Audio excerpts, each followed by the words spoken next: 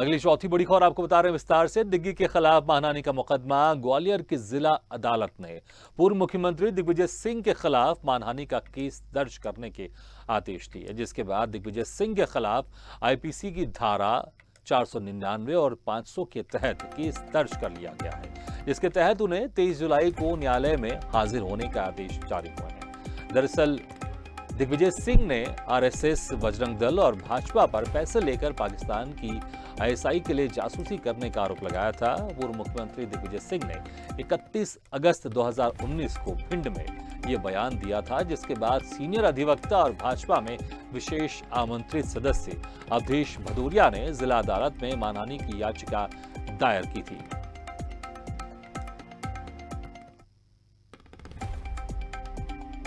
तो यहां पर जिस तरह से दिग्विजय सिंह ने आरएसएस और बजरंग दल को लेकर बयान दिया था, अब उसके बाद यहां पर दिग्विजय सिंह की मुश्किलें बढ़ती हुई दिखाई दे रही हैं। ग्वालियर की जिला अदालत ने पूर्व मुख्यमंत्री दिग्विजय सिंह के खिलाफ मानहानि का केस दर्ज करने के आदेश दिए हैं।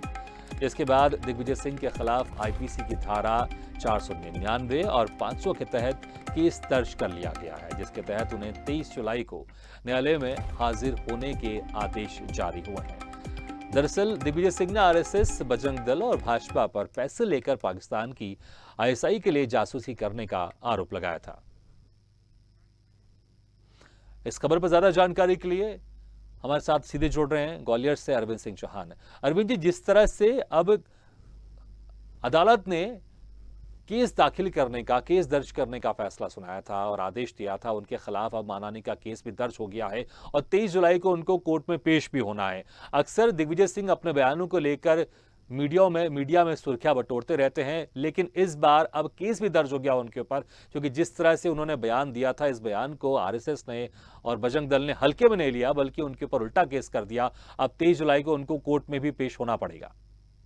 भागीरथ, साफ तौर पर अगर देखा जाए तो दिग्विजय सिंह अपने बड़बोलेपन की वजह से हमेशा विवादों में भी रह सकते हैं और खुद को कहीं ना कहीं मुसीबत में डालते रहते हैं। ऐसा ही मामला भी देखने को मिल रहा है, जहां पर कुछ समय पहले एक जनहित याचिका दायर की गई थी। उसमें ये कहा गया था कि दिग्विजय सिंह ने आरोप लगाया है बजरंग दल पर, भारतीय जनता पार्टी के साथ जो उनकी अन्य शाखाएं हैं उन पर आरोप लगाया था कि वो पैसे लेकर पाकिस्तान की जो आईएसआई एजेंसी है उनकी जासूसी करवा रही है। ये बयान भिंड जिले में 2019 में दिया गया था, क्योंकि 19 के बाद कोरोना चल गया। इसके कोरोना की वजह से न्यायालय बंद रहे और इसके बाद अब जब न्यायालय खुले हैं तो ये जनहित याचिका पर सुनवाई हुई। सुनवाई में सारे दस्तावेज जो यहाँ एडवोकेट अवधेश भदौरिया हैं और भारतीय जनता पार्टी के सदस्य भी हैं, वो उन्होंने न्यायालय को सारे दस्तावेज उपलब्ध कराए और कहा कि इस तरीके से बयानबाजी वो हमेशा करते रहते हैं।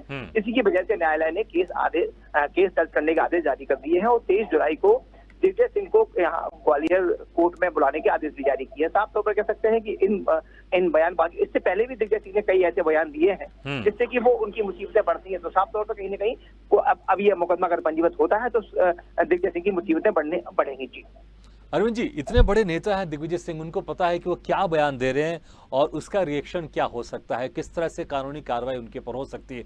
फिर भी अक्सर ऐसा देखा जाता है कि बहुत ही वो कर्कश हो जाते हैं और सीधे तरह से एक आरोप लगाते हैं, जिसके कारण उनको फंसना पड़ता है और न्यायालय के चक्कर लगाने पड़ते हैं। वो ये सब जानबूझ के करते हैं या फिर कि उनको पता है कि इसका राजनीतिक तौर पर क्या फायदा हो सकता है, क्योंकि जो एड्रेस करना चाहते हैं वो एड्रेस राजनीतिक तौर पर तो हो जाता है और लेकिन कानूनी तौर पर फिर उनको इस पचड़े में पड़ना पड़ता है। कानूनी तौर पर जो चीजें होती हैं उससे निपटना होता है। आखिर क्या इसके पीछे आप देखते हैं मंशा, और क्या लगता है कि जानबूझकर इस तरह के बयान दिए जाते हैं दिग्विजय सिंह की तरफ से या फिर स्लिप ऑफ टंग हो जाता है?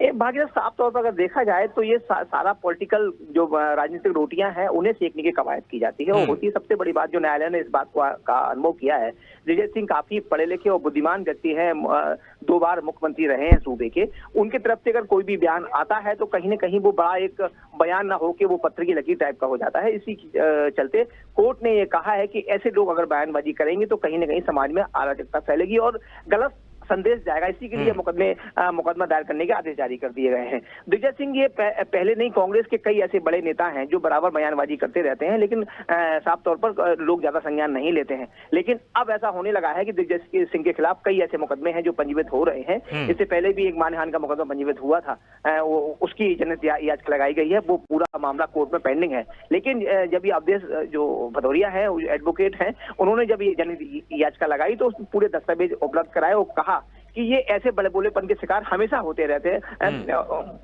बड़बोलेपन में हमेशा बयानबाजी करते रहते हैं, इसी के चलते इनके ऊपर मुकदमा दायर करना चाहिए। क्योंकि अगर ऐसे बयानबाजी करते हैं तो जो नकारात्मक छवि जाती है समाज की, हमारे देश की, क्योंकि पाकिस्तान और की जब बिल्कुल अरविंद जी, और जब चीजें राष्ट्र से जुड़ी हुई, क्योंकि किसी दूसरे देश के लिए जासूसी करना एक बहुत बड़ा एक गंभीर आरोप होता है, क्योंकि कहीं ना कहीं इससे राष्ट्र का मुद्दा जुड़ा होता है। अरविंद, बहुत बहुत शुक्रिया इस तमाम जानकारी के लिए।